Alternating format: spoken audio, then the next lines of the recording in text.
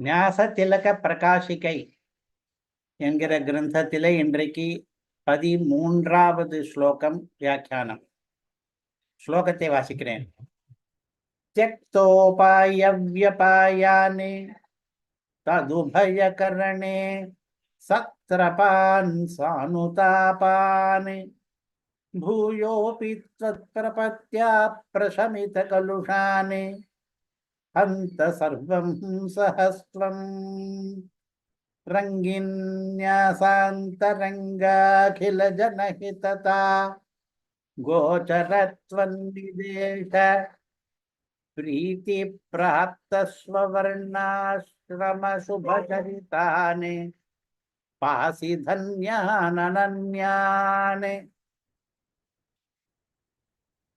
இந்த ஸ்லோகத்தினுடைய விஷயம் என்ன என்றால், பிரபத்தி பண்ணிக்கொண்ட பிறகு உத்தர கிருத்தியங்கள் என்னென்ன என்று பிரபன்னர்கள் தங்கள் சரீரம் உள்ளவரை அனுஷ்டிக்க வேண்டியதை இந்த ஸ்லோகத்திலே தெரிவிக்கிறார். ரகசிய திரைசாரத்திலே உத்தர கிருத்திய அதிகாரம் என்றே ஒன்று தனியாக இருக்கிறது. அதிகாரத்திலே சரணாகதி பண்ணி கொண்டவன் அதற்கு பிறகு ஆற்ற வேண்டிய கடமைகள் என்ன என்பதை தெரிவிக்கிறார். அதனுடைய சுருக்கம் இதில் இருக்கிறது. இந்த ஸ்லோகத்திலே இருக்கிற தகவல்களை 15ஆக பிரிக்கலாம். இந்த 15மே பிரபன்னர்கள் எப்படி வாழ்வார்கள் என்பது பற்றி 15 வாக்கியங்களாக இருக்கின்றன. ஸ்லோகம் முதலிலே த்யக்தோபாய என்று ஆரம்பிக்கிறது. அதற்கு உபாயங்களை விட்டு விடுகிறார்கள் என்று. அவர்கள் ஏற்கனவே உபாய அனுஷ்டானம் பண்ணியாகிவிட்டது. உபாய அனுஷ்டானமாக சரணாகதி பண்ணியாயிற்று. அதற்கு பிறகு மறுபடியும் ஆத்ம ரக்ஷாக்காக உபாயங்கள் வேறொன்றை பண்ணக்கூடாது. அதனாலதான் தியக்தோபாயர்களாக அவர்கள் ஆகிறார்கள். மற்ற பலன்களுக்கான உபாயங்களையும் பண்ணக்கூடாது. ஏனென்றால் இவர்கள் மற்ற பலன்களிலே நாட்டத்தை விட்டாக வேண்டும். இவர்கள் ஒரே பலன், ஒரே குறிக்கோளை கொண்டவர்கள், அனன்ய பிரயோஜனர்கள். அதனாலே அந்த விதத்திலும் தியக்தோபாயர்களாக ஆகிறார்கள்.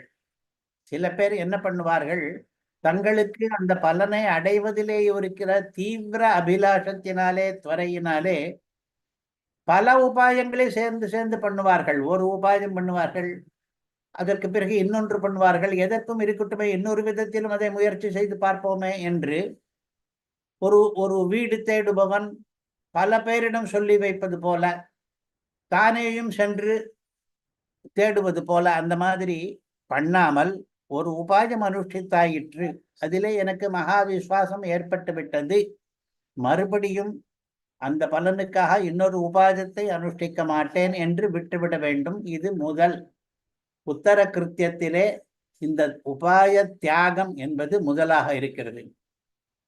இரண்டாவதாக தெக்தோபாய வியபாயானே என்று இருக்கிறது. தெக்த உபாயானே தெக்த வியபாயான் என்று இரண்டு. அபாயங்களான தீய செயல்களையும் விட்டு விடுகிறார்கள். அவர்கள் தங்களுக்கு தீமை இழைக்கக்கூடிய கெட்ட காரியங்களை எல்லாம் தியாகம் பண்ணுகிறார்கள். பிரதிகூலராக நடந்து கொள்வதில்லை. இது கூட ஒரு முக்கிய விஷயம், சர்ச்சைக்குரிய விஷயம் கூட. சில பேர் என்ன நினைக்கிறார்கள், பிரபத்திக்கு தாங்கள் அனுகூலமாக அதனுடைய மகிமையை அதிகமாக சொல்வதாக நினைத்து கொண்டு, பிரபத்திக்கு எப்படிப்பட்ட வலிமை இருக்கிறது தெரியுமா, எப்படிப்பட்ட மகிமை இருக்கிறது தெரியுமா, அவர்கள் பிரபத்தி பண்ணின பிறகு மோட்சம் என்பது நிச்சயமாகி விடுகிறது.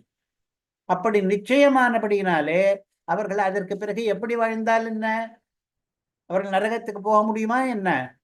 பிரபத்தி ஆயிற்றே, பிரபத்தி பண்ணி ஆயிற்றே, அதனாலே மோட்சத்துக்குத்தானே போவார்கள். அவர்கள் நரகத்துக்கு என்ன பண்ணினாலும் போக முடியாதே சரணாகதன். அப்படி சரணாகதியினுடைய மகிமையை அதிகமாக சொல்வதாக எண்ணிக்கொண்டு அவர்கள் என்ன வேண்டுமானாலும் பண்ணலாம் என்றெல்லாம் வாதாடுகிறார்கள் சில பேர். ஆனால் தீய செயல்களை விடுவது என்பது பிராதிகூல்ய வர்ஜனம் என்ற அங்கமாக இருந்தது போகட்டும். இப்பொழுது அனுஷ்டித்து முடிந்தாயிற்று, அங்கம் என்று தேவையில்லை. இருந்தாலும் கூட பகவானுடைய கட்டளைகளை மீறி தீய செயல்களை பண்ணக்கூடாது என்பது சித்தாந்தம். என்ன காரணம் என்றால், யுக்திகள் எல்லாம் இங்கே பண்ணி கொண்டிருக்க கூடாது. சாஸ்திரங்கள் பிரமாணங்கள் என்ன பேசுகின்றன என்று பார்க்க வேண்டும். அவை பிரபன்னன் கூட அந்த நெறிப்படிதான் வாழ வேண்டும் என்று சொல்லுகிறது. அதனாலே அதற்கு எதிரான யுக்திகளை பண்ணி கொண்டிருக்க கூடாது. அடுத்தது மூன்றாவது விஷயம், ததுபயகரணே, அந்த இரண்டையும் பண்ணும்படி நேர்ந்து விட்டதானால், எந்த இரண்டு உபாயங்கள், இன்னொரு உபாயத்தை தேடுவது என்று ஒன்று, அபாயங்கள் தீய செயல்களை விடாமல் பண்ணுவது என்று ஒன்று. இந்த இரண்டும் பண்ண வேண்டி நேர்ந்து விட்டால், இப்படி உபாயத்தையும் அபாயத்தையும் பண்ண நேர்ந்தால் வெட்கப்படுவார்கள் என்று. குறிப்பாக சாஸ்திரங்களை மீறி ஏதாவது ஒரு பக்ஷணம் கண்டதையும் தின்ன வேண்டி வந்தது, அல்லது நாம் இன்னும் சிலவற்றை பின்னாலே கூட பார்க்க போகிறோம், அந்த மாதிரி தவறு, எச்சில், தீட்டு, புன்கலம் இவற்றை எல்லாம் சேர்த்து கொள்ள வேண்டி இருந்தது என்றால், நேர்ந்து விட்டால் பிறகு வெட்கப்படுவார்கள். ஐயோ, இப்படி பண்ணிவிட்டேனே நான் என்று லஜ்ஜைப்படுவார்கள். அது சத்ரபான் என்ற பதத்திலே இருக்கிறது, முதல் பாதத்திலே. அதற்கடுத்தது சானுதாபான், பச்சாத்தாபப்படுவார்கள். அனுதாபம் என்றால் ஒரு தவறை இழைத்த பிறகு தான் வருந்துவது, அந்த தவறுக்காக வருந்துவது என்று. ஒரு பாவ காரியத்தை நாம் பண்ணிவிட்டோமானால் அதற்கு சாஸ்திரங்கள் பிராயஷ்சித்தங்களை விதிக்கின்றன. அந்த பிராயஷ்சித்தங்களை அனுஷ்டித்தால் அந்த பாவம் போய்விடும் என்று சொல்கிறார்கள். ஆனால் சுவாமி தேசிகன் நமக்கு புரியும்படியாக சொல்லுகிறார். அபராத பரிகார அதிகாரத்திலே, ரகசிய திரைசாரத்திலே இது விவரம் பார்க்கலாம். பிராயஷ்சித்தம் பண்ணுவதற்கு அனுதாபம் என்பது முக்கியமான குணம். நாம் பண்ணின தவறுக்காக வருந்தி அதற்கு பிறகுதான் பிராயஷ்சித்தம் பண்ண வேண்டும். நாம் அந்த தப்பையே மறுபடியும் பண்ண போகிறோம். ஆனால் பிராயஷ்சித்தம் பண்ணுகிறேன், நான் சமுத்திர ஸ்நானம் பண்ணிவிட்டேன், நான் சேது ஸ்நானம் பண்ணிவிட்டேன், ஆனால் மறுபடியும் நாளைக்கு அதே தவறை பண்ண போகிறேன் என்றிருப்பவர்கள் அந்த பிராயஷ்சித்தத்தின் பலனை அடைய மாட்டார்கள். பஷ்டாத்தாபப்படுவது என்பது தான் பிராயஷ்சித்தத்துக்கு முதல். அனுதாபாதுபரமாதி பிராயஷ்சித்தோன்முகத்வதா என்று ஒரு ஸ்லோகம், ஒரு காரிகை இடுகிறார். முதலிலே அனுதாபம் வேண்டும். பாவம் பண்ணிவிட்டது, நாம் பண்ணினது பாவம்தான் என்பதை தெரிந்து கொண்டு இப்படி பண்ண நேர்ந்து விட்டதே என்று தாபப்பட வேண்டும், கழிவிரக்கம் வேண்டும். அதற்கு பிறகு உபரமாதி, இனிமேல் அந்த பாவத்தை பண்ணக்கூடாது என்கிற அபிசந்தி ஏற்பட்ட பிறகுதான் அவன் பிராயஷ்சித்தத்துக்கு போக வேண்டும். ஏதோ பிராயஷ்சித்தம் சொல்லி இருக்கிறது சாஸ்திரத்திலே, அதை பண்ணிக்கொண்டு அந்த பாவத்தை மறுபடியும் பண்ணி அந்த பாவத்தை, அந்த பிராயஷ்சித்தத்தையும் மறுபடியும் பண்ணிக்கொள்ளலாம் என்கிற எண்ணம் வந்தால், அனுதாபமும் உபரமமும் இல்லாது போனால் அந்த பிராயச்சித்தம் பலிக்காது. அதனாலே பச்சாத்தாபப்படுவார்கள். தான் பிரபத்திக்கு பிறகும் கூட ஏதோ ஒரு விதத்திலே ஒரு பாவ செயலை பண்ண வேண்டி நேர்ந்து விட்டதே என்பதற்காக பச்சாத்தாபப்படுவார்கள் என்பதை சத்ரபான் சானுதாபான் என்கிற பதம் தெரிவிக்கிறது. பிறகு என்ன பண்ணுவார்கள்? பூயோபி, இரண்டாம் பாதம், மறுபடியும் என்ற அர்த்தம் பூயோபி. ஸ்வத் பிரபத்தியா, பெருமாளிடம் பிரபத்தி பண்ணி தங்களுடைய பாவங்களை போக்கிக் கொள்ளுவார்கள். பிரசமித கலுஷான் என்றிருக்கிறது. மறுபடியும் பிரபத்தி பண்ணி பாவங்களை போக்கிக் கொள்ளுவார்கள் என்கிற இடத்திலே பெரிய சந்தேகம் வருகிறது நமக்கு.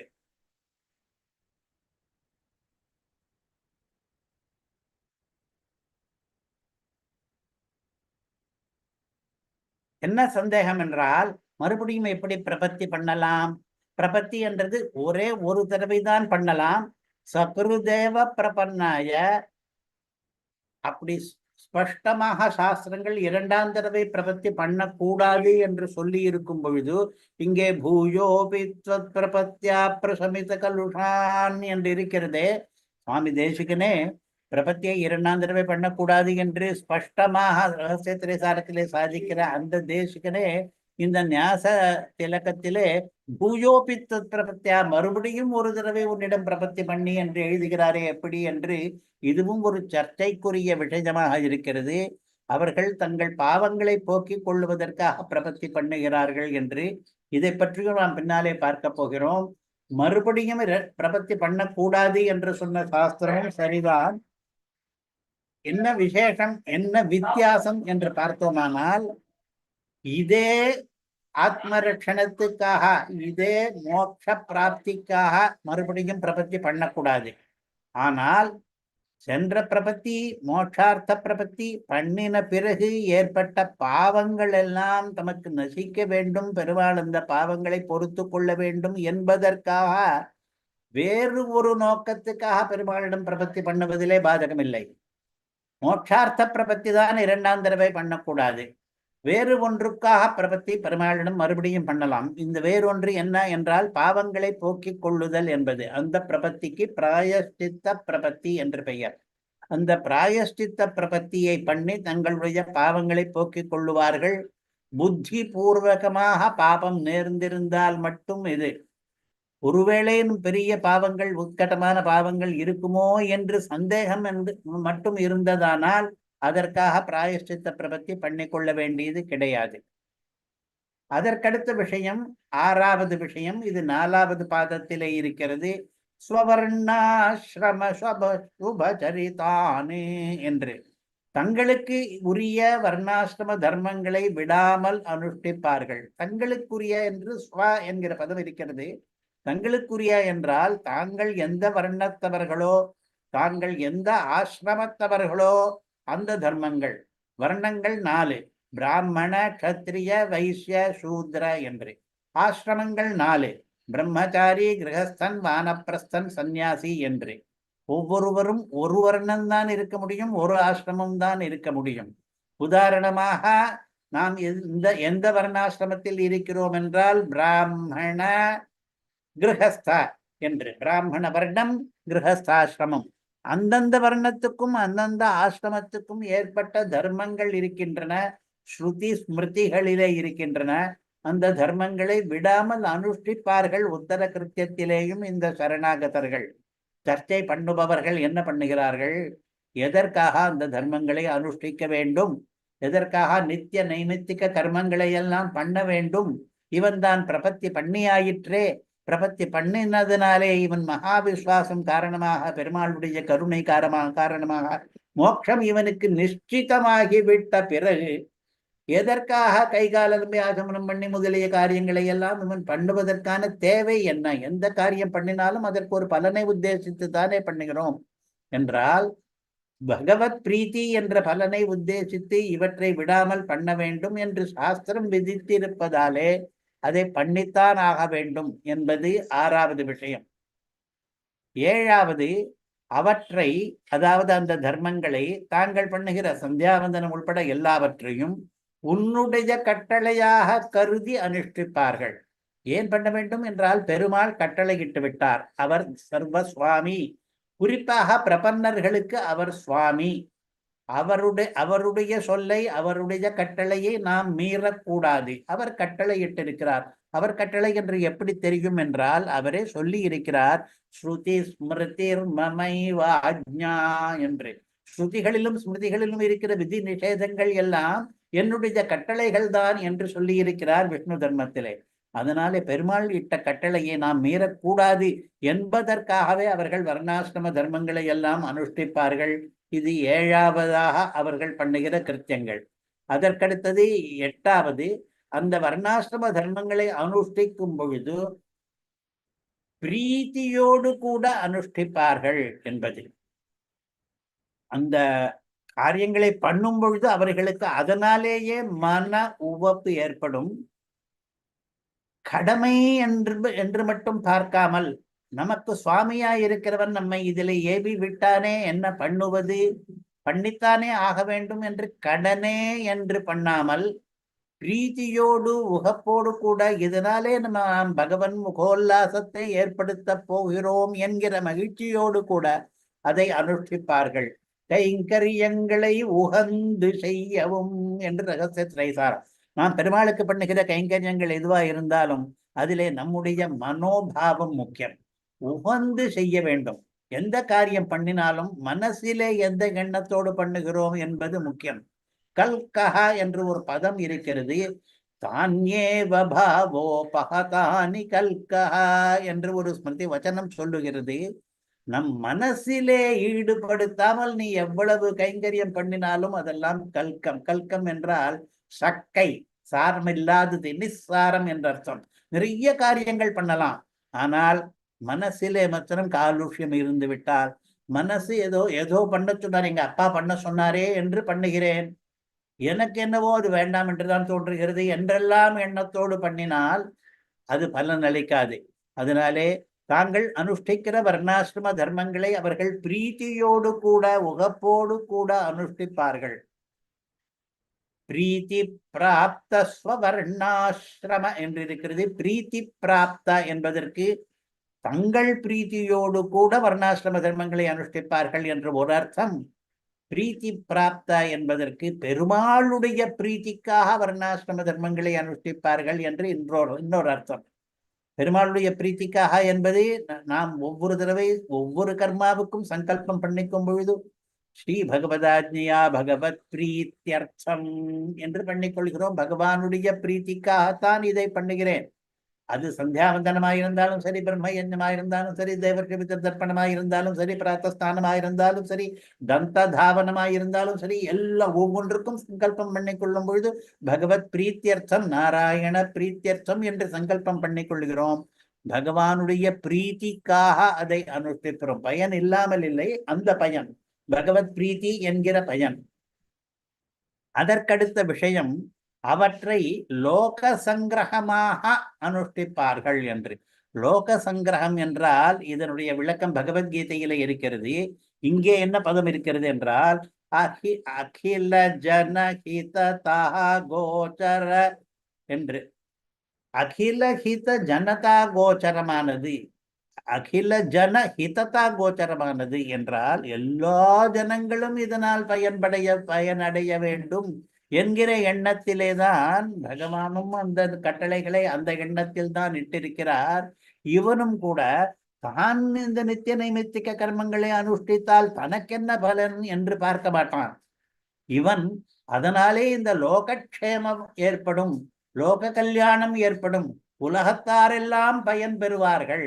ஒரு பிராமணனானவன் தன்னுடைய பிராமண கர்மத்தை சரிவர அனுஷ்டித்தானால், பிராமணனுக்கு மட்டுமில்லை, அதே மாதிரி ஒரு க்ஷத்திரியனானவன் தன்னுடைய க்ஷத்திரிய கர்மத்தை சரிவர அனுஷ்டித்தானால் அதனால் ஏற்படுகிற பலன் அவனுக்கு மட்டும் இல்லை, எல்லாருக்கும் என்பது. அது தவிர லோக சங்கிரகம் என்பதற்கு இன்னொரு விதமான இன்னொரு கோணத்திலே ஒரு அர்த்தம் உண்டு. லோகத்தாரெல்லாம் இவனை பார்த்து பின்பற்றுவார்கள். இவன் பிரபன்னன், இவன் சரணாகதன், இவன் தன் நெறிப்படி வாழ்பவன் என்று தெரிந்த பிறகு உலகத்தினரெல்லாம் இவன் எப்படி அனுஷ்டிக்கிறான் என்பதை கவனித்து தாங்களும் அப்படி அனுஷ்டிப்பார்கள். இவன் தனக்குத்தான் மோட்சம் நிச்சயமாகிவிட்டதே என்ற ஒரு இருமாப்பிலே தன்னுடைய கர்மங்களை சரிவர பண்ணாமல் போனால் அதனால் என்ன பாதிப்பு ஏற்படும் என்றால், இவனை பார்த்து அனுஷ்டிக்கிற மற்றவர்கள் இருக்கிறார்களே, அவர்களில் பல பேர் சரணாகதி பண்ணி கொள்ளாதவர்களும் கூட இருக்கலாம். அவர்கள் எல்லாம் இவர் பெரியவராய் இருப்பவரே, சரணாகதி பண்ணி கொண்டவரே கூட இந்த நித்திய நைமித்திக கர்மங்களை சரியாக அனுஷ்டிக்கவில்லையே, நமக்கு எதற்கு அந்த வம்பு? நாம் இவரை விட பின்தங்கினவர்கள் தானே, இவரை பின்பற்றுபவர்கள் தானே, அவரே நம்முடைய சுவாமியே இதை அனுஷ்டிக்காத போது நாம் ஏன் அனுஷ்டிக்க வேண்டும் என்றெல்லாம் உலகத்தார் ஏமாந்து விடுவார்கள். ஒவ்வொருவரிடம் போய் நாம் விளக்கி கொண்டிருக்க முடியாது. அதனாலே நம்மை பார்த்து பண்ணக்கூடிய அனுஷ்டிக்கக்கூடிய பல பேர் இருக்கிறார்கள் என்ற நிலை வந்த பிறகு நாம் அவர்கள் வீணாக கூடாதே என்பதற்காக அவர்கள் எதிரிலே இந்த நித்திய நைமித்திக கிரமானுஷ்டானங்களை பண்ணித்தான் ஆக வேண்டும் என்ற விவரம் கீதையிலே கிருஷ்ணர் தான் எதற்காக சந்தியாவந்தனாதி கர்மங்களை பண்ணுகிறார் என்று தன்னையே உதாரணம் காட்டி சொல்கிறார்.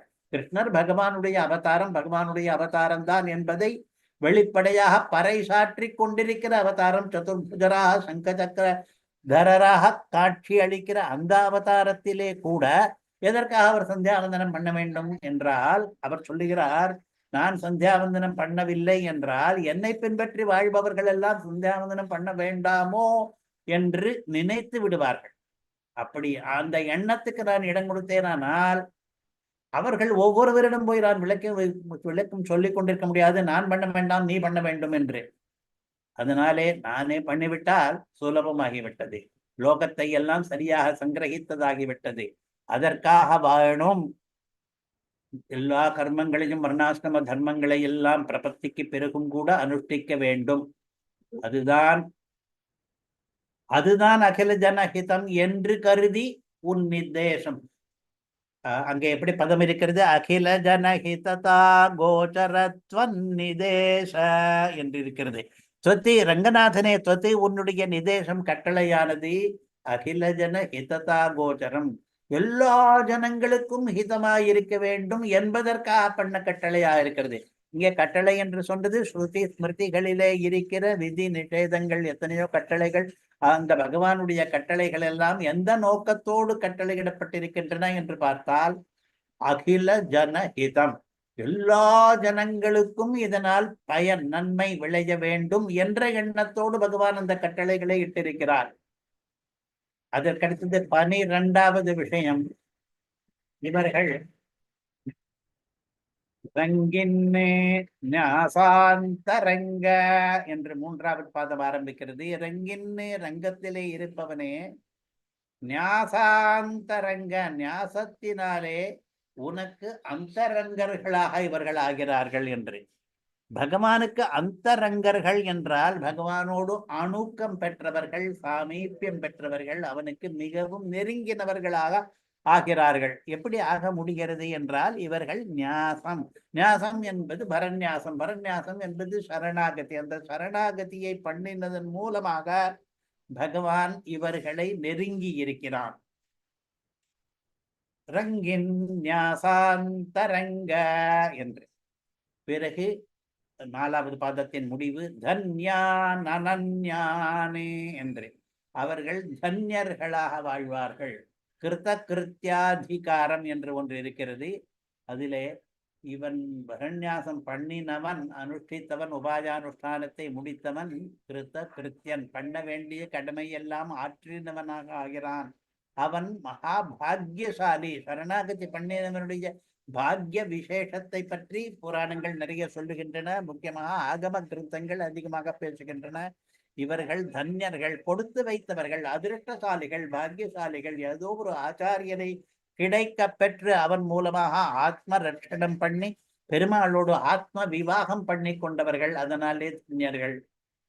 பாசி தன்யான் அனன்யான், இவர்கள் அனன்யர்களாகவே வாழ்வார்கள். அனன்யா என்கிற பதம் கீதையிலே அடிக்கடி வரும். வேறு நோக்கம் இல்லாமல் பகவான் மட்டுமே நமக்கு பரமகதி, அதற்கு பகவத் பிராப்திக்காகவே நாம் எல்லாம் பண்ண வேண்டும். வேறு பிரயோஜனமும் வேண்டாம், வேறு உபாயமும் வேண்டாம், இரண்டுக்கும் பகவானையே நாம் கொள்வோம் என்று அனன்யர்களாக வாழ்கிறார்கள் இவர்கள். இவர்களுக்கு பசுபுத்திராதி ஐகிக பல பிரயோஜனத்திலேயும் நாட்டம் கிடையாது, ஸ்வர்காதி ஆமுஷ்மிக பலனிலேயும் நாட்டம் கிடையாது. ஒரே ஒரு கதி, ஒரே ஒரு பிரயோஜனம், பகவான் ஒருவன் தான் என்று. இப்படி அனன்யர்களாக வாழ்கிறார்கள் என்பதை இந்த ஸ்லோகத்தினுடைய கடைசி பதம் தெரிவிக்கிறது. பாசி தன்யான் அனன்யான், இப்படி வாழ்பவர்களை ரங்கநாதனே நீ பாசி, பாசி என்பது இங்கே வினைச்சொல், காப்பாற்றுகிறாய், பாலனம் பண்ணுகிறாய் என்ற அர்த்தம். நீ இந்த மாதிரி உத்தர கிருத்தியங்களை ஒழுங்காக நெறிமுறையுடன் தவறாமல் பண்ணுபவர்களை ரங்கனே நீ காப்பாற்றுகிறாய். உனக்கு அந்தரங்கர்களாக அவர்களை வைத்து கொண்டு அவர்களுடைய ரட்சண பரத்தை நீ ஏற்கனவே ஏற்றுக்கொண்டு விட்டபடியினாலே காப்பாற்றுகிறாய். உன்னால் அவர்கள் ரட்சிக்கப்படுகிறார்கள். இதுவும் கூட உத்தர கிருத்தியத்திலே அடங்குமா என்றால் அவர்கள் எப்பொழுதும் தாங்கள் பகவானாலே ரட்சியர்கள், ரட்சிதர்கள் என்பதை நினைத்து கொண்டே இருக்கிறார்கள். பகவத் சிந்தனம், தன்னுடைய ரட்சகன் அவன்தான் என்ற சிந்தனம் அவர்களுக்கு கடைசி வரையில் இருப்பதாலே அது கூட ஒரு உத்தர கிருத்தியமாகிறது. ஆஹா, சரணாகதி பண்ணி கொண்டவர்கள் எப்படி வாழ வேண்டும் என்பதை பற்றி 15 தகவல்களுடன் இந்த ஸ்லோகம் அமைந்திருக்கிறது. நமக்கு இது மிகவும் முக்கியமான ஸ்லோகம். நமக்கு அறிவுரைகள் தான் மிகவும் முக்கியம். தத்துவ ஞானம் என்பது ஒரு பக்கம் இருந்தாலும் கூட நாம் என்ன பண்ண வேண்டும் என்பதை ஏதாவது சொல்லிக் கொடுத்தால் அதை பண்ணுவதற்கு நாம் தயாராக இருக்கிறோம். நாம் தர்மத்தில் நாட்டம் கொண்டவர்கள் தான். நாம் பெரியோர் சொல்லை கேட்டு அதன்படி நடக்க விரும்புபவர்கள் தான். ஆனால் பல சமயங்களிலே நமக்கு அறிவுரைகள் என்ன வழங்குபவர்கள் இல்லாமல் இருக்கிறார்கள். தேசிகன் அதற்காகத்தான் நிறைய அறிவுரைகளை வழங்குகிறார். அந்த எது நாம் பண்ண வேண்டியது எது, கர்த்தவியம் எது, அகர்த்தவியம் எது என்று புரிந்துவிட்டால் நாம் அதன்படி பண்ணிக்கொள்ளலாம். சரணாகதி பண்ணிக்கொண்டவர்கள் என்னென்ன பண்ண வேண்டும் என்பதற்கு 15 விஷயங்களை இந்த ஸ்லோகம் தெரிவிக்கிறது. இந்த ஸ்லோகத்திலே சர்ச்சைகள் இருக்கின்றன. ஏற்கனவே பல ஸ்லோகங்களிலே சர்ச்சைகள் இருந்தன. சர்ச்சைகளுக்கு சில சமயங்களிலே பதிலை, சமாதானத்தை அளித்து சித்தாந்தம் என்ன என்பதை அந்தந்த ஸ்லோகங்களிலே நாம் பார்த்திருக்கிறோம். இந்த ஸ்லோகத்திலே 3 சர்ச்சைகள் எழுகின்றன. அவற்றை பார்க்க போகிறோம். இந்த சர்ச்சைகள் சற்று பெரிய சர்ச்சைகள். இவற்றை பற்றின விவரங்கள் ரகசிய திரைசாரத்திலே இருக்கின்றன. ரகசிய திரைசாரம் என்ற கிரந்தம் இதற்கு பிறகு எழுதின கிரந்தமாக இருக்கக்கூடும். முதல் சர்ச்சை, எதிராளி என்ன சொல்கிறார்? பிரபன்னனிடம் பாவம் ஒட்டாது, அவன் என்ன பண்ணினாலும் பிராயஷ்சித்தம் தேவையில்லை என்று. எதிராளியாய் இருப்பவர் இதுவரை பிரபத்தியே கூட வேண்டாம் என்று சொல்லிக் கொண்டிருந்தவர் இப்பொழுது அதற்கு மாறாக பிரபத்தி எவ்வளவு உயர்ந்தது தெரியுமா? பிரபன்னனிடம் பாவம் எப்படி ஒட்ட முடியும் என்று அதற்காக சில வச்சனங்கள் கூட இருக்கின்றன. பிரம்ம வித்யா அனுஷ்டிப்பவனுக்கு அது ஞாச வித்யா தான் இருக்க வேண்டும் என்பதிலே பக்தி யோகம் கூட இருக்கலாம். அவனுக்கு உத்தர அக அஸ்லேஷம் என்று ஒன்று இருக்கிறது.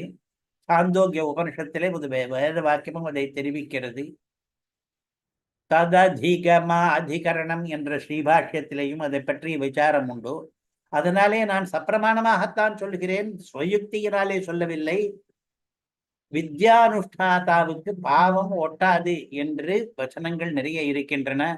அதனாலே இவன் எந்த பாவம் பண்ணினாலும் இவனுக்கு ஒட்டாது. பாவம் ஒட்டாதவனுக்கு அந்த வசனத்தை நம்பாமல் எதற்காக பிராயஷ்சித்தம் பண்ண வேண்டும் என்று அவர்கள் வாதிக்கிறார்கள்.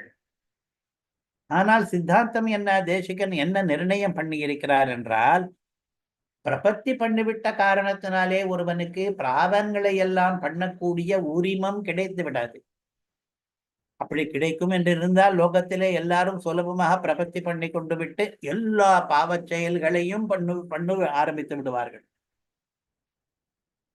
வாஸ்தவமாக சாஸ்திரங்கள் என்ன சொல்லுகின்றன? பாவங்கள் பண்ண நேர்ந்து விட்டால், புத்தி பூர்வகமாக அபராதம் நிகழ்ந்து விட்டால் பிராயஷ்சித்தம் பண்ணி கொள்ள வேண்டும் என்பதையும் அந்த சாஸ்திரங்களே தான் சொல்லுகின்றன. நாம் பிரமாண வச்சனங்களையே பார்க்க போகிறோம். பிரபத்தி பண்ணி கொண்டவன் கூட அபராதங்கள் இழைக்க நேர்ந்தால் உத்கட்டமான அபராதங்களுக்கு பகிரங்கமான பிராயஷ்சித்தம் கூட பண்ணி கொண்டுதான் ஆக வேண்டும் என்று. ரகசிய திரைசாரத்திலே 2 அதிகாரங்கள் இருக்கின்றன. ஒன்று சாஸ்திரிய நியமன அதிகாரம் என்பது, 2 அபராத பரிகார அதிகாரம் என்பது. சாஸ்திரிய நியமனாதிகாரத்திலே என்ன நிர்ணயம் என்றால், சாஸ்திரத்தினுடைய வரம்புகளுக்கு பிரபன்னனும் கூட கட்டுப்பட்டவன் தான் என்று. அபராத பரிகார அதிகாரத்திலே என்ன கருத்து என்றால், இவன் குற்றம் பண்ண நேர்ந்து விட்டால் அதை பரிகரிப்பதற்காக பிராயஷ்சித்தம் பண்ணி கொண்டுதான் ஆக வேண்டும் என்று. அதில் சுவாமி சாதிக்கிறார், உத்கட்டமான பாவம் பல பேருக்கு தெரியும்படியாக ஒருவன் பண்ணிவிட்டானால், இவன் பிரபன்னனாக இருந்தாலும் பகிரங்கமான பிராயஷ்சித்தத்தை பண்ணிக்கொள்ள வேண்டும். அதாவது பல பேர் இவன் பிராயஷ்சித்தம் பண்ணிக்கொண்டான் என்பதையும் புரிந்து கொள்ள வேண்டும். பிராயஷ்சித்தத்தை மட்டும் ரகசியமாக பண்ணிவிட்டு பாவங்களை பகிரங்கமாக பண்ணி அப்படி எல்லாம் பண்ணக்கூடாது. உலகம் ஏமாந்து போகும். லோக வஞ்சனம் பண்ணக்கூடாது. பிராயஷ்சித்தம் பண்ணிக்கொண்டே தீர வேண்டும். அப்பொழுதுதான் மற்ற பேருக்கு தெரியும் நாம் எல்லாம் பாவங்கள் பண்ணினால் பிராயஷ்சித்தம் பண்ணிக்கொள்ள வேண்டும் என்று. மற்ற பேருக்கு என்று இருக்கட்டும், இவனுக்கும் பிராயஷ்சித்தம் தேவையா இல்லையா என்று கேட்டால் தேவை என்கிறது சாஸ்திரம். தப்பு பண்ணினால் அதற்கான கழுவாயை பண்ணிக்கொள்ள வேண்டும். தப்பு பண்ணுவதற்கான உரிமம் பிரபத்தி பண்ணினதுனாலே கிடைக்காது என்பது நிர்ணயம். அடுத்தது இரண்டாவது சர்ச்சை, கர்த்தவியம் சகுர்தேவஹந்த கலுஷம் சர்வம் ததோ நஷ்யதி என்ற தேசிக சூக்திப்படி சரணாகதியை ஒரு தடவை தான் பண்ணலாம். அதன் பிறகு இன்னொரு முறை பகவானிடம் சரணாகதி பண்ணக்கூடாது என்று ஸ்பஷ்டமாக எத்தனையோ வச்சனங்கள் சொல்லிக் கொண்டிருக்கும் பொழுது பூயோபி பிரபத்யா என்று ஞாச திலகத்திலே இந்த ஸ்லோகத்திலே இரண்டாம் பாதத்திலே சுவாமி அருளுவது எப்படி சரி? மறுபடியும் பெருவாழ்னும் பிரபத்தி பண்ணிக்கொண்டு பாவங்களை போக்கிக் கொள்ள வேண்டும் என்று, அது தவறல்லவா என்பது அடுத்த சர்ச்சைக்கு விஷயமாக இருக்கிறது. அதற்கான சமாதானம், மோட்சார்த்த சரணாகதி என்பதுதான் சகிருத் கர்த்தவியம் என்று சொன்னது.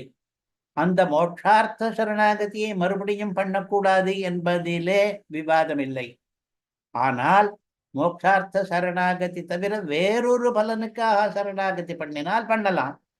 இப்பொழுது தெரிந்தே பாவம் பண்ண நேர்ந்தால் அதற்கு பிராயஷ்சித்தமாக ஒரு சரணாகதி ஒருவன் பண்ணினால் அது மோட்சார்த்த சரணாகதி ஆகாது, அது பாப சமனார்த்த சரணாகதி. அதை பண்ணுவதிலே தப்பு கிடையாது.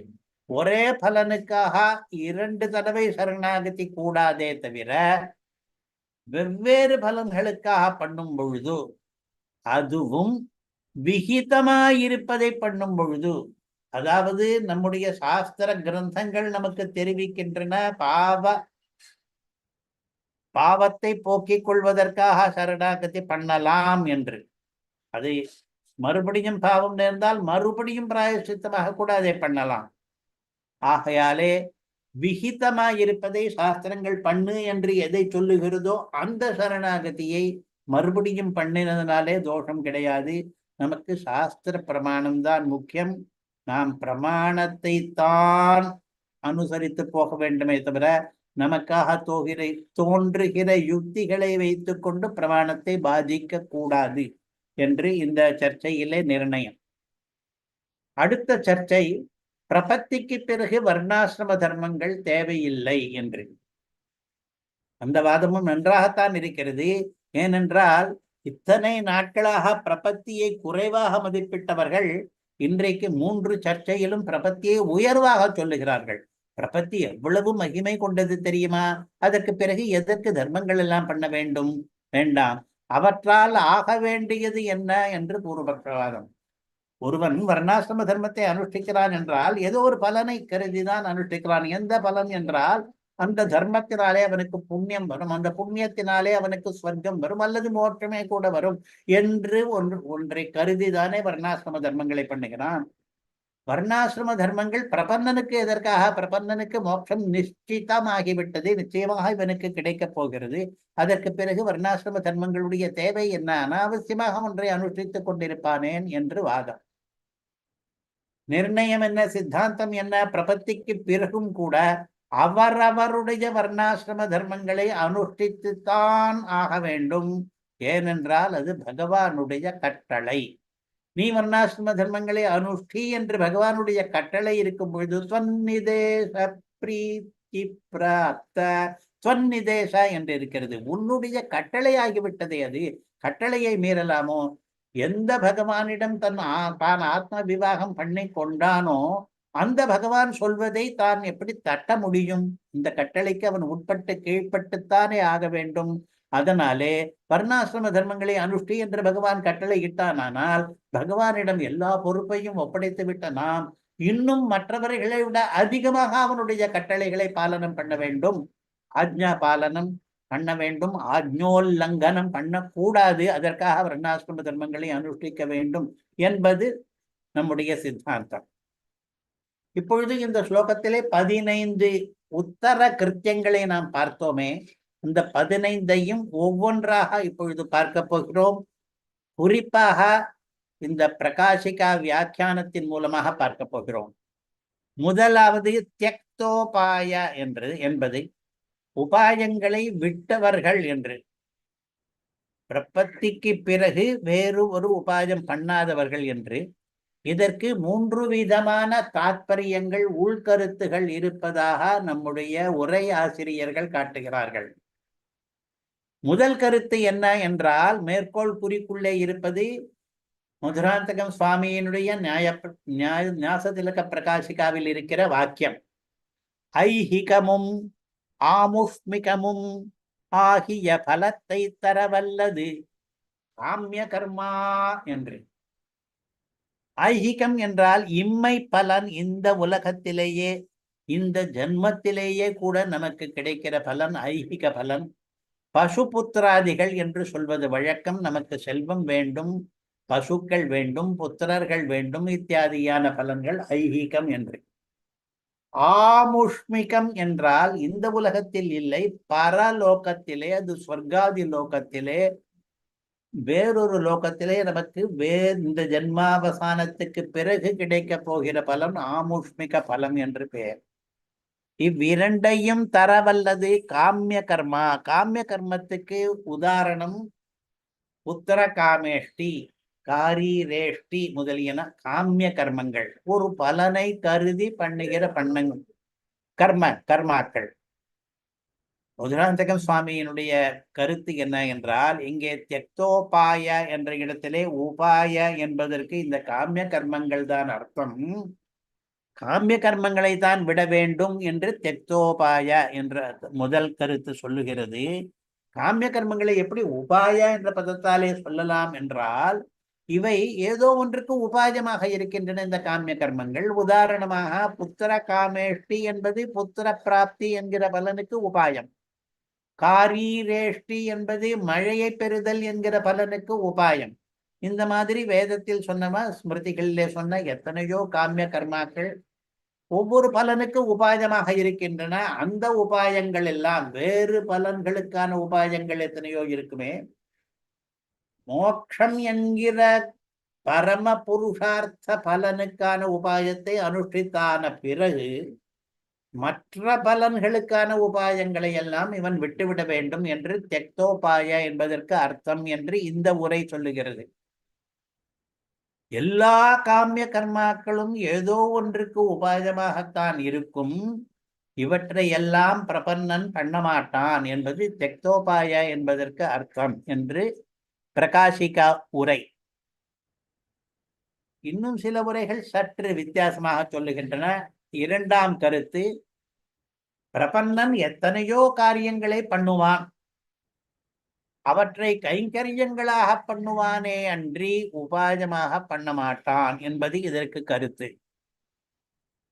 அவன் சரணாகதி பண்ணி கொண்டவன் பகவத் கைங்கரிய ரூபமாக எத்தனையோ பண்ணுவான். அவனுடைய நித்திய நைமித்திக கர்மங்கள் கூட, சாஸ்திர விகிதமான கர்மங்களை கூட பகவத் கைங்கரிய ரூபேண பண்ணுவானே தவிர அது உபாயம். அந்த கர்மத்தை பண்ணுவதனாலே தனக்கு ஏதோ நிறைய புண்ணியம் கிடைக்க போகிறது என்று கூட நினைத்து பண்ண மாட்டான். அதனாலே அவன் தியக்தோபாயன். தான் பண்ணுகிற காரியத்திலே உபாயத்துவ புத்தியை விட்டு விட்டவன். இதனாலே தனக்கு ஒரு பலன் வரப்போகிறது, அந்த பலனை கருதித்தான் நான் இதை பண்ணுகிறேன் என்ற எண்ணம் இல்லாதவன் தியக்தோபாயனாக ஆகிறான் என்று. மூன்றாவதாகவும் ஒரு கருத்து இருக்கிறது. நம்முடைய ஆத்மரட்சண பரத்தை பெருமாளிடம் ஒப்படைத்தாயிற்று, அதுதான் பரநியாசம் என்பது. அந்த சரணாகதி அனுஷ்டித்து முடிந்தாயிற்று. அதற்கு பிறகு இன்னொரு உபாயத்தை நாடமாட்டான். ஆக என்னுடைய ஆத்மரட்சணத்திலே எனக்கு அதிகமான ஒரு தீவிரமான அபிலாஷம் இருக்கிறபடினாலே சரணாகதி பண்ணின பிறகும் கூட இதே ஆத்ம ரட்சணத்துக்காக இன்னும் ஏதாவது பண்ணுவோமா என்று சாஸ்திரங்களிலே அன்வேஷணம் பண்ணி அதை பண்ணி இதை பண்ணி தீர்த்த யாத்திரை பண்ணி, எதற்காக என்றால் எனக்கு மோட்சம் வேண்டும், அதற்காக தீர்த்த யாத்திரை பண்ணுகிறேன் என்றால் சாஸ்திரங்களில் சொன்னது உண்டு. தீர்த்த யாத்திரை பண்ணினால் புண்ணியம் அதிகமாக கிடைக்கும், மோட்சம் கிடைக்கும். கங்காயாம் மரணான் மோட்சா என்று கங்கா ஜலத்திலே மறித்தால் மோட்சம் கிடைக்கும் என்று எத்தனையோ இருக்கிறது மோட்சத்துக்கான வழிகள் சொன்னது போல. அவற்றையெல்லாம் ஒன்றன் பின் ஒன்றாக பண்ணி கொண்டிருந்தான். ஆனால் இவன் மகா விஸ்வாசம் குறைந்தவனாக ஆக்கிவிடுகிறான். ஏற்கனவே பண்ணின சரணாகதியிலே மகா விஸ்வாசம் என்பது ஒரு முக்கியமான அங்கம். இந்த சரணாகதி அனுஷ்டித்தால் நிச்சயமாக நமக்கு மோட்சம் கிடைக்கும் என்கிற விசுவாசம், இவனுடைய மன வலிமை முக்கியம். இவன் அதிலே நன்றாக ஊற்றம் கொண்டு நிச்சயமாக நமக்கு கிடைக்கும் என்ற தேற்றம் கொண்டிருக்க வேண்டும். அப்படி இருந்தால் அவன் வேறு உபாயங்களை நாடி போக மாட்டான். ஆத்ம ரட்சணத்துக்காக வேற எந்த செயலையும் பண்ண மாட்டான். ஏற்கனவே ஆத்ம ரட்சணத்துக்காக செயல் புரிந்தாயிற்று என்று வாழா இருப்பான் என்பது அர்த்தம். ஆக தியக்தோபாய என்ற முதல் அறிவுரைக்கே 3 உள்ளர்த்தங்கள் சொல்லுகிறார்கள் நம்முடைய பூர்வர்கள். 1, காமிய கர்மங்களை பண்ண மாட்டான். 2, எந்த கர்மம் பண்ணினாலும் அதை உபாயம் என்று கருதி பண்ண மாட்டான். 3, இந்த மோட்சார்த்தமாக வேறொரு உபாயத்தை அனுஷ்டிக்க மாட்டான். தியக்தோபாய என்பதற்கு 3 சொல்லி ஆயிற்று. அடுத்தது 15லே 2வது விஷயம் தியக்த வியபாய. ஸ்லோகத்தில் எப்படி இருக்கிறது? தியக்தோபாய வியபாயான்னு என்று இருக்கிறது. உபாயத்தையும் வியபாயத்தையும் தியாகம் பண்ணினவர்கள் என்று. அப்போ உபாயத்தை தியாகம் பண்ணினவர்களை பற்றி இதுவரையில் பார்த்தாயிற்று. வியபாயத்தை தியாகம் பண்ணினதை பற்றி அடுத்த அறிவுரை நமக்கு. அபாய வியபாயம் என்பது அபாய என்று பிரிக்க வேண்டும். அபாய கர்மங்களையும் வியபாயத்துக்கு அபாயம் என்றுதான் அர்த்தம். அதை பற்றி நாம் பார்க்க போகிறோம். அபாய கர்மங்களையும் விடுகிறார்கள், அதாவது தப்பு தண்டாவுக்கு போக மாட்டார்கள். சாஸ்திரத்திலே நிஷித்தமான அகிருத்திய கரணம், கிருத்தியாகரணம் இதெல்லாம் கூட அவர்கள் விட்டு விடுவார்கள் என்று. வியபாய என்பதற்கு இந்த அபாய என்கிற அர்த்தம் எப்படி கிடைக்கும்? என்பதை நாம் அர்த்தம் இல்லை என்று விட்டுவிடலாமா என்று கேட்டால், இப்பொழுது ஞாசதிலக பிரகாஷிகா வாக்கியத்தை வாசிக்கிறேன். விசேஷித்து அபாயமான கர்மாக்கள் அகிருத்திய கரணம் முதலியன என்று. என்பதற்கு விசேஷித்து என்று அர்த்தம். இது ஏன் முக்கியமாக சொல்ல வேண்டியிருக்கிறது என்றால், பல இடங்களிலே என்பதற்கு விட்டுவிட்டு என்று அர்த்தமாகும். விகத அபாயம் என்று, அபாயம் இல்லாததுதான் விபாயம் என்று. இங்கே அந்த அர்த்தம் கிடையாது. விசேஷித்து அபாயமான கர்மாக்கள். சில கர்மாக்கள் சாதாரணமாக லகுவாக கொஞ்சமாக அபாயமாக இருக்கும். இன்னும் சில கர்மாக்கள் அதிகமாக விசேஷித்து அபாயமான கர்மாக்களாக இருக்கும். பாபங்களிலே உக்ர பாபங்கள் என்று சில இருக்கின்றனவா, அந்த மாதிரியான பாவங்களை இவர்கள் விட்டு விடுவார்கள். அதற்கு அகிருத்திய கரணம் முதலியன என்று திருஷ்டாந்தம் காண்பிக்கிறார். எதை வியபாயம் என்று சொல்லலாம் என்றால், அகிருத்திய பண்ணக்கூடாததை பண்ணுவது. பண்ணக்கூடாததை பண்ணுவது என்கிறது வியபாயம். அதை விட்டு விடுவார்கள், பண்ணக்கூடாததை பண்ணாமல் இருப்பார்கள் என்று. செய்யக்கூடாததை செய்தல் என்பது வியபாயம், அது ஒரு வியபாயம். செய்ய வேண்டியதை செய்யாமல் இருத்தல் என்பது இன்னொரு வியபாயம்.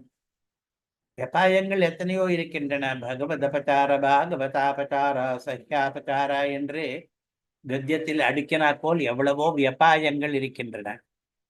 அகிருத்தியானாஞ்சகரணம் கிருத்தியானாம் வர்ஜனஞ்சமே என்று ஞாச தசகத்திலே சுவாமி தேசிகன் சாதிக்கிறார். இதெல்லாம் வியபாயங்கள், அதை விட்டு விடுவார்கள். செய்யாதன செய்யோம் என்று திருப்பாவையில் வருகிறது அல்லவா. செய்யாதன செய்யோம் என்பதுதான் அகிருத்திய கரணம். செய்யாதன அகிருத்தியங்கள், செய்யாதன செய்தல் அகிருத்திய கரணம், அதுதான் வியபாயம். அதை விட்டு விடுவது தியக்த வியபாயம், அதுதான் செய்யாதன செய்யோம் என்ற நிலை. இது 15லே 2வதாக இருக்கிறது. 15லே 3வது சத்ரபான் என்று, வெட்கம் கொண்டிருக்கிறார்கள் என்று. ததுபயகரணே சத்ரபான். இந்த உபாயத்திலேயும் வியபாயத்திலேயும் நேர்ந்து விட்டால் அவர்கள் வெட்கமடைகிறார்கள் என்று.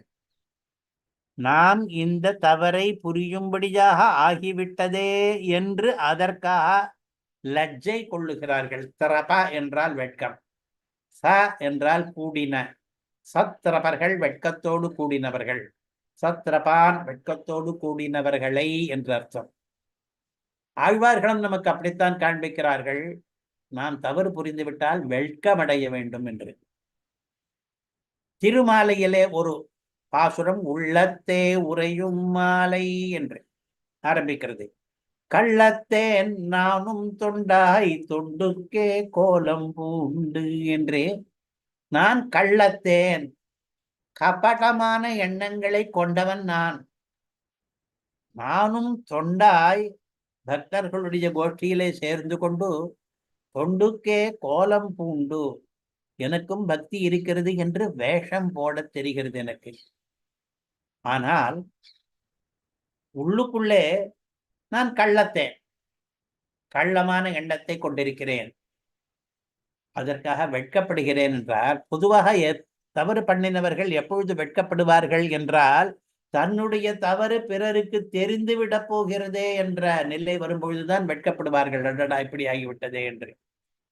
இப்பொழுது சில பேர் கதவை பூட்டிக் கொண்டு விளக்கை அணைத்து விட்டு இருட்டறையிலே ஒரு தவறு பண்ணி தன்னை இதை யாருக்கும் தெரியாது என்று நினைத்து கொண்டிருந்தால் அது கிடையாது என்கிறார் ஆழ்வார்.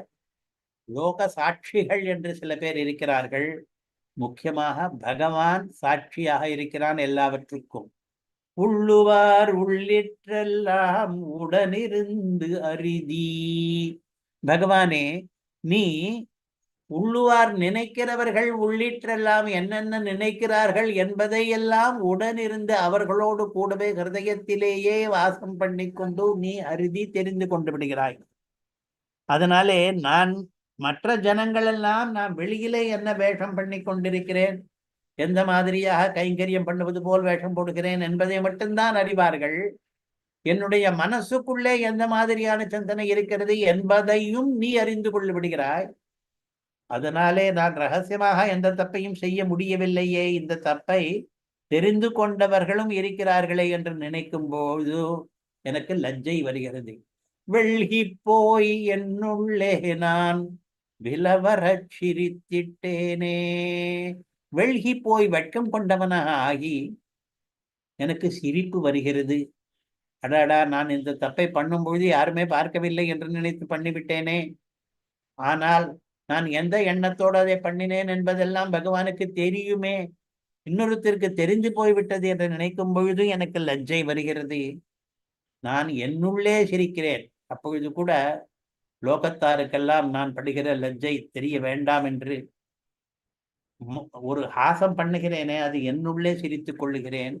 விலவர என்னுடைய விலா எலும்பெல்லாம் அற்று போகும்படியாக அப்படி ஒரு சிரிப்பு, ஆனால் அதுவும் உள் சிரிப்பாக பண்ணி கொண்டிருக்கிறேன் என்று நாணுவதை பற்றியே ஒரு பாசுரம் எழுதியிருக்கிறார். வெட்கமடைவதை பற்றி ஒரு பாசுரம் திருமாலிகளே. நாம் தப்பு பண்ணால் வெட்கம் அடைய வேண்டும் என்று. அதுதான் இங்கே சத்ரபான் என்ற 3வது அறிவுரை. என்னுடைய கள்ளத்தனம் உனக்கு தெரியும் என்பதால் என்னை வெட்கம் பிடுங்கி தின்கிறது என்பது இதனுடைய சாரம். வெட்கப்படுவது நல்லதா, வெட்கப்படுவது தேவையா என்றெல்லாம் சிலர் கேட்பார்கள். அதற்காக இன்னும் 2 மேற்கோள்கள் பார்க்க போகிறோம். ஒன்று, முதலிலே பார்ப்பது சம்ஸ்கிருதத்திலே இருப்பது அரசாணிபாலை வெங்கடாத்வரி என்கிற மகாகவியினுடைய விஸ்வகுணாதர்ஷ சம்பு என்று. அதிலே ஒரு ஸ்லோகத்தினுடைய கடைசி வரி நஸ்நாதோப்யத புங்க்த ஏஷ சபலஹ புக்த்வாபி நவ்ரீடதி என்று. யாரோ ஒருவனை வெய்கிறான் கிருஷ்ணானோ. எப்படி நிந்தை என்று தெரியுமா?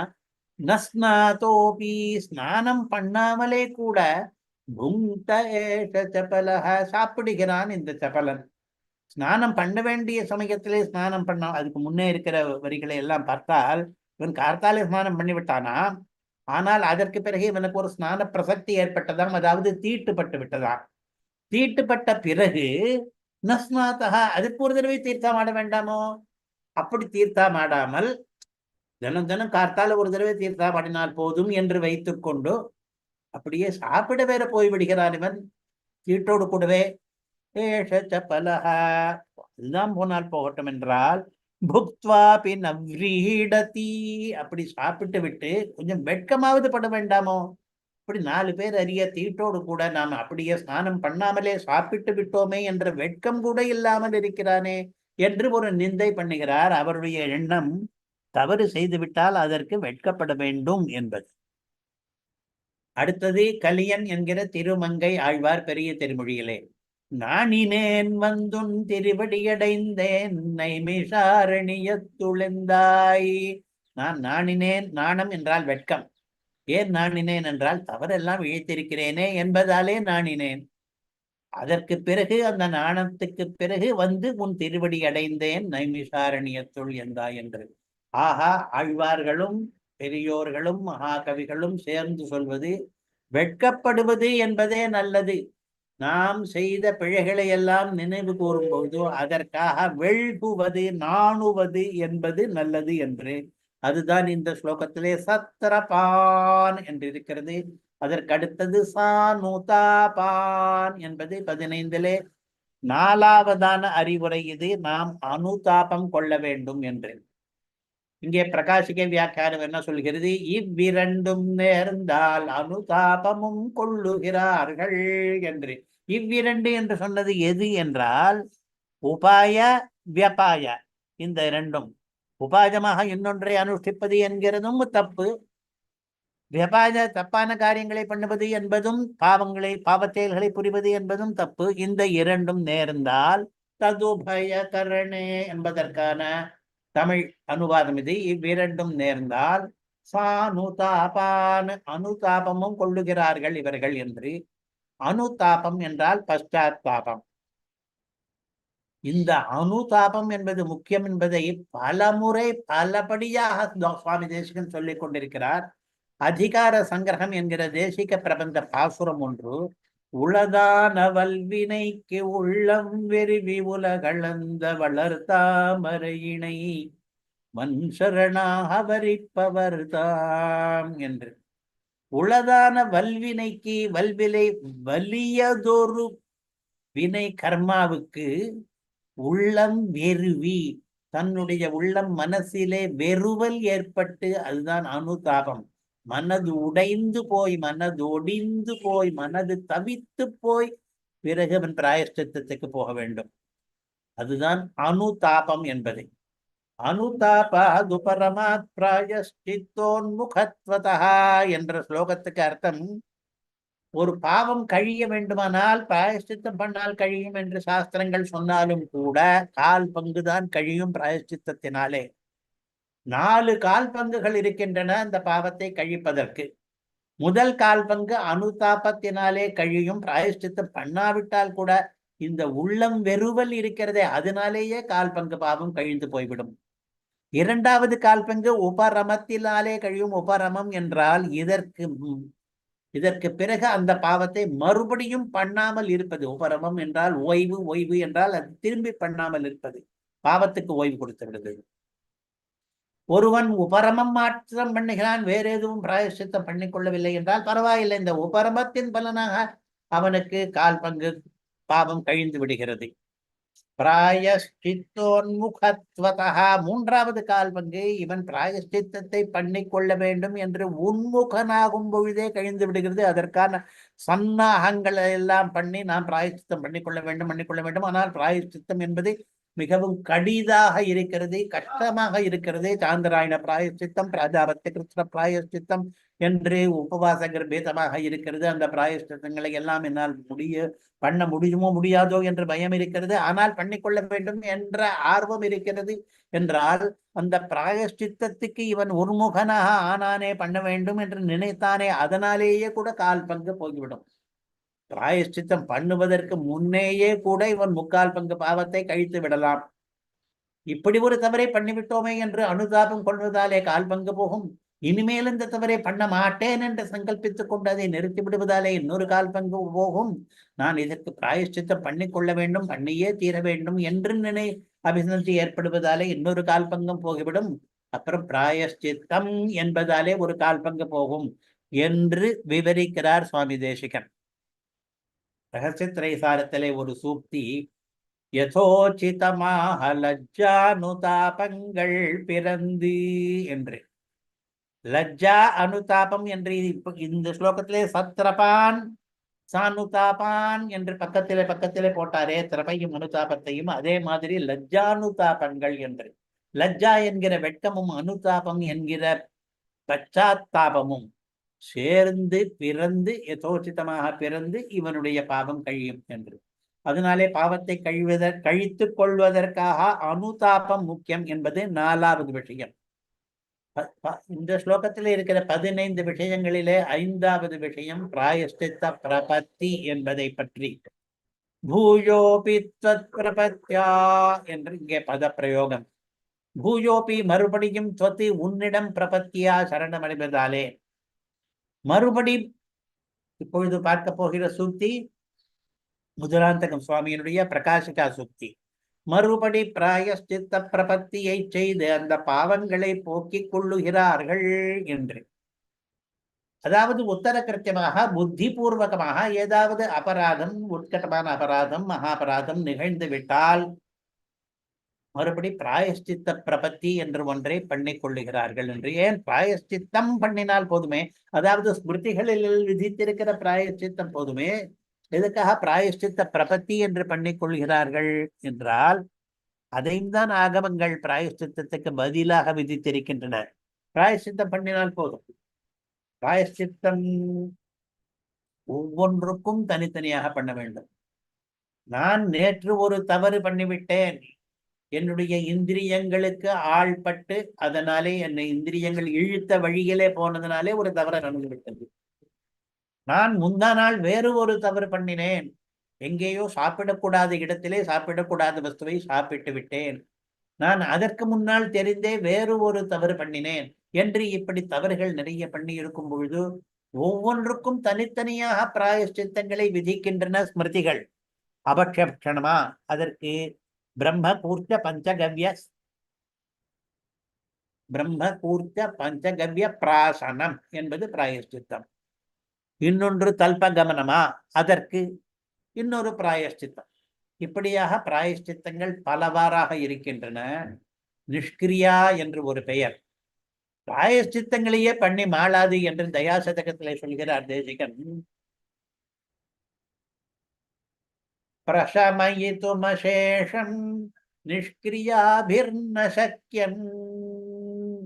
நான் பண்ணின பாவங்களை பார்த்தால் கும்ப சகசிரசோயன் நமயாவியதாயி என்று ஏகப்பட்ட 1000 கணக்கிலே பாவங்களை பண்ணிவிட்டு நான் பிராயஷ்சித்தம் பண்ண ஆரம்பிக்கிறேன் என்றால் 1000 பாவங்களுக்கு 1000 பிராயஷ்சித்தம் பண்ண வேண்டுமே, அது என்னாலே முடியுமா என்றால் பிரசமயிதுமசேஷம் நிஷ்கிரியாபிர்ன சக்கியம். பிராயஷ்சித்தங்களாலே பிரசமனம் பண்ணி கொள்ளலாம் என்பது கூட முடியாமல் போகும், அவ்வளவு பிராயஷ்சித்தங்கள் பண்ணி மாளாது என்று. அந்த நிலையிலே என்ன பண்ணலாம், பிராயஷ்சித்த பிரபத்தி என்று ஒன்று இருக்கிறது. அதை பற்றி ஆகமங்கள் பேசுகின்றன. பாஞ்சராத்திரத்திலே ஒரு ஸ்லோகம் லக்ஷ்மி தந்திரம் என்பதிலிருந்து சுவாமி தேசிகன் உதாகரித்த ஸ்லோகம். அபாய சம்ப்ளவே சத்யः பிராயஷ்சித்தம் சமாச்சரேத் பிராயஷ்சித்திரியம் சாத்ர யத் புனః சரணம் விரஜேதி என்று. அபாய சம்ப்ளவே சேட்டலூர் சுவாமியினுடைய உரை இருக்கிறது இந்த ஸ்லோகத்துக்கு.